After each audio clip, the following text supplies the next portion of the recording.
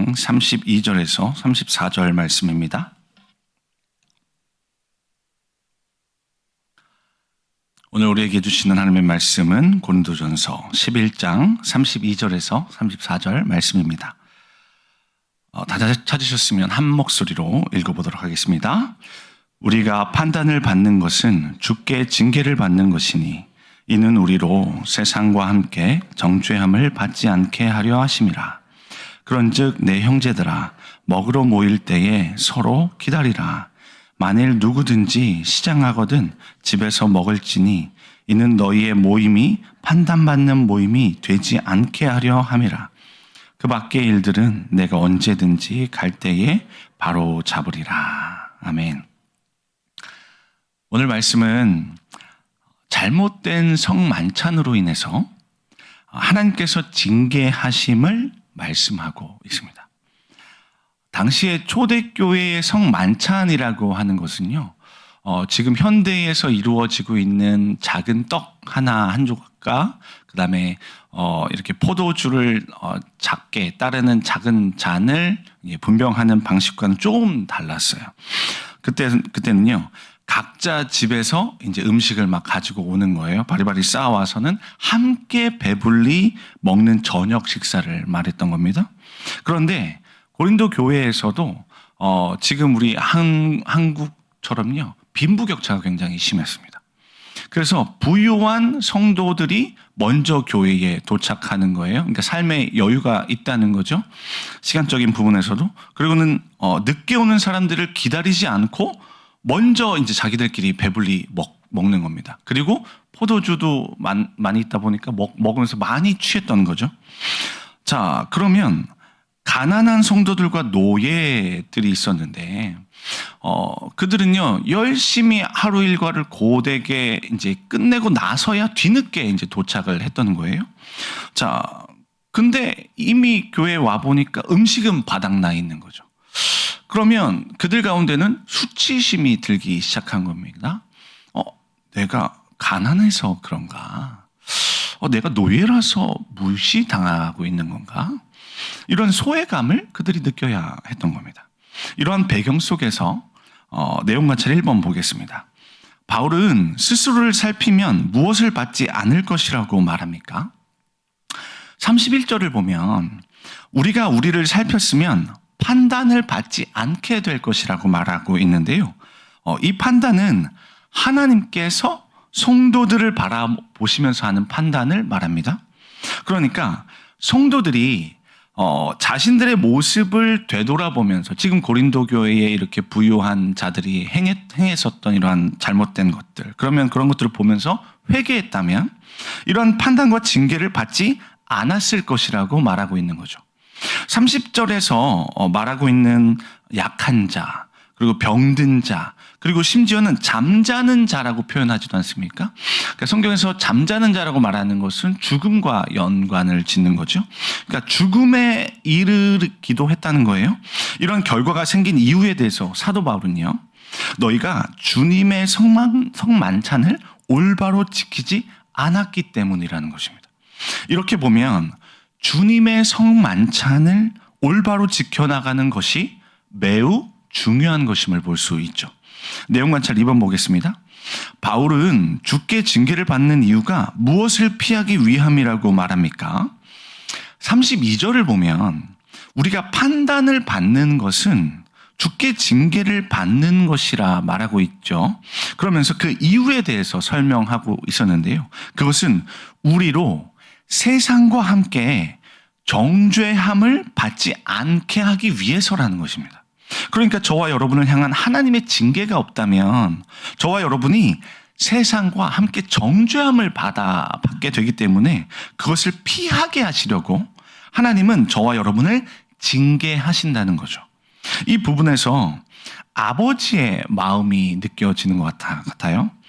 자녀를 올바른 길로 양육하기 위해서 책망하고 또는 징계하고 계신 바로 그런 아버지의 마음입니다. 이것이 바로 우리 영혼의 아버지신 하나님의 마음이라고 성경은 지금 기록하고 있는 것입니다. 이제 연구와 묵상 보도록 하겠습니다. 바울은 왜 주께 징계를 받는 것이 세상과 함께 정죄함을 받지 않게 하기 위함이라고 말합니까? 사도 바울이 말하는 세상과 함께 정죄함을 받는다는 것은요, 곧 심판받아 지옥에 가는 것을 의미합니다. 그런데 하나님께서는 저와 여러분이 지옥에 가는 것을 원하지 않으시죠. 믿으십니까?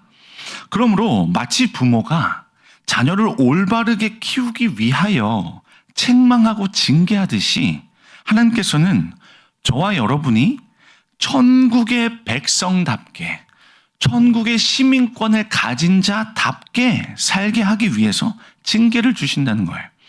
고린도 교회 성도들은 잘못된 성만찬으로 나아가면서 공동체를 파괴하고 있었지 않습니까?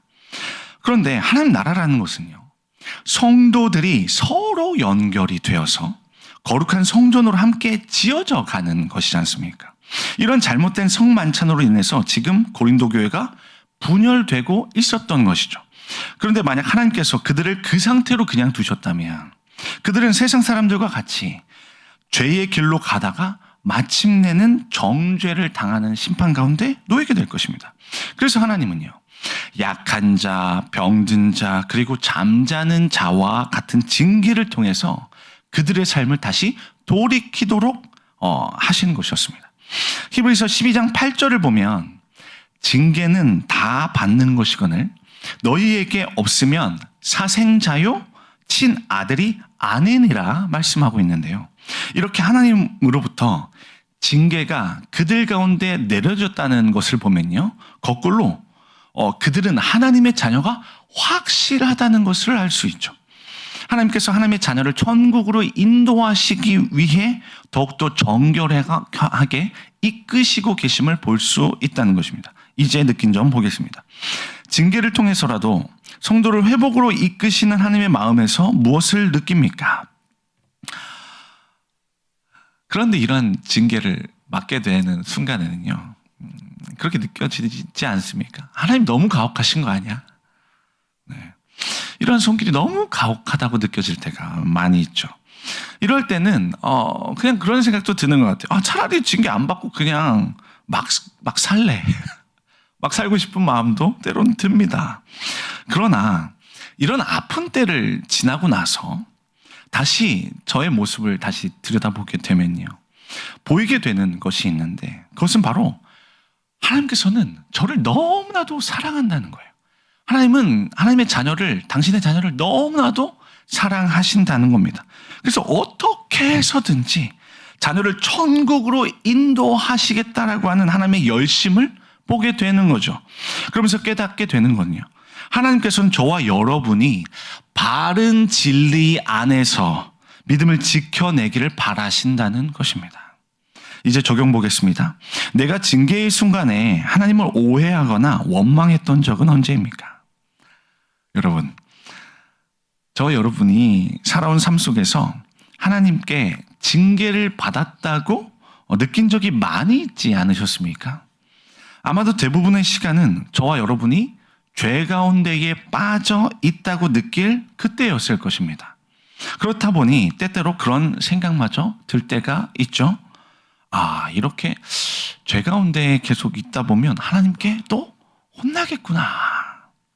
그런데 이런 생각을 했다고 해도요, 막상 하나님의 징계가 찾아오는 순간을 만나면 하나님 맞습니다. 제가 죄인입니다. 제가 잘못해서 이렇게 혼나는 것입니다. 가 안 나오게 되는 것이죠. 혼나서 눈물을 뚝뚝 흘리면서도요, 눈에서는 혈기가 아직도 남아있게 되는 거예요. 무엇이죠? 하나님을 원망하고 있는 거죠. 왜 나에게 이런 힘듦을 허락하셨냐는 거예요. 그래서 지금 속상하다는 겁니다. 이것은 지금 하나님 아버지의 마음을 완전히 오해하고 있는 행동 아니지 않습니까? 지금 힘들다고 하는 감정에 너무 몰두한 나머지 하나님의 사랑과 인자하심을 잊은 채 하나님은 선하신 분이 아니다라고 하는 선언을 제가 제 모습에서, 제 표정에서 드러내고 있는 것이죠. 이것이 바로 저와 여러분이 가진 연약함이지 않을까 싶습니다. 이제 결단으로 나아갑니다. 주님의 판단을 받고 징계받기 전에 요즘 내 모습을 살피고 고치기 위해 오늘 무엇을 실천하겠습니까? 여러분, 자녀를 둘 키우다 보면요, 첫째 아이가 혼날 때 둘째 아이가 눈치를 보면서 자신의 행동을 수정할 때가 있지 않습니까? 저와 여러분이 취해야 할 그러할 자세가 바로 둘째 아이의 모습이지 않을까 싶습니다. 내 주변에서 일어나는 일들이 뭔가 깨름칙하시다면, 또는 내가 있는 곳에 뭔가 하나님께로부터 징계를 받는 것과 같은 일들이 일어난다면 다시금 내 모습을 살펴보는 것이죠. 그리고 죄 가운데 있는 것이 발견된다면 고쳐보는 것입니다. 하나님과 세상 사이에서 너무 세상 쪽으로 빠져 있다라고 느껴지신다면요, 다시 하나님을 찾아보는 것이죠. 기독교 방송이나 유튜브 채널을 다시 한번 그냥 틀어보는 거예요. 그러면서 찬양으로 다시 말씀으로 나가보는 겁니다. 성경책 좀 먼지가 좀 쌓였습니까? 다시 한번 펼쳐보는 겁니다. 이때 저항하려고 하는 나의 감정은 그냥 배제시켜 놓는 겁니다. 그 순간 나를 처복종시켜 보는 거죠. 그리고 나의 감정대로 따라가는 것이 아닙니다. 나에게 허락하신 믿음을 발휘하는 거예요. 저에게 허락하신 그 지식을 다시 믿음과 함께 결부지어 보는 거죠. 그래서 마땅히 그 순간 내가 크리스찬으로서 해야 될 일을 해보는 것이죠. 이렇게 할 때 다시 하나님께 기꺼이 나아가는 역사를 맛보게 될 것입니다. 죄 가운데 놓여졌었던 삶에서 다시금 하나님을 바라보는 회개의 삶으로의 변화가 일어나게 될 것입니다. 이런 은혜로 오늘 살아갔으면 좋겠습니다. 그렇게 하나님께 한 걸음 더 다가갈 때 하나님의 풍성한 사랑 가운데 거하실 수 있는 저와 여러분 되실 수 있기를 주님의 이름으로 축복합니다. 기도 제목 드리도록 하겠습니다. 하나님의 마음과 뜻을 분별할 수 있는 지혜를 주옵소서. 징계의 순간에 주님을 오해하지 않고 그 안에 담긴 더 깊은 하나님의 사랑을 깨닫게 하소서. 이제는 6월 공동체를 위한 기도 제목을 드리도록 할 텐데요, 드려지는 모든 예배마다 성령의 임재와 치유가 넘치게 하소서. 성령의 권능으로 세상 속에 담대히 복음을 전하게 하소서. 이 모든 기도 제목을 놓고 이 시간 주여 함께 부르시면서 나아가시겠습니다. 주여.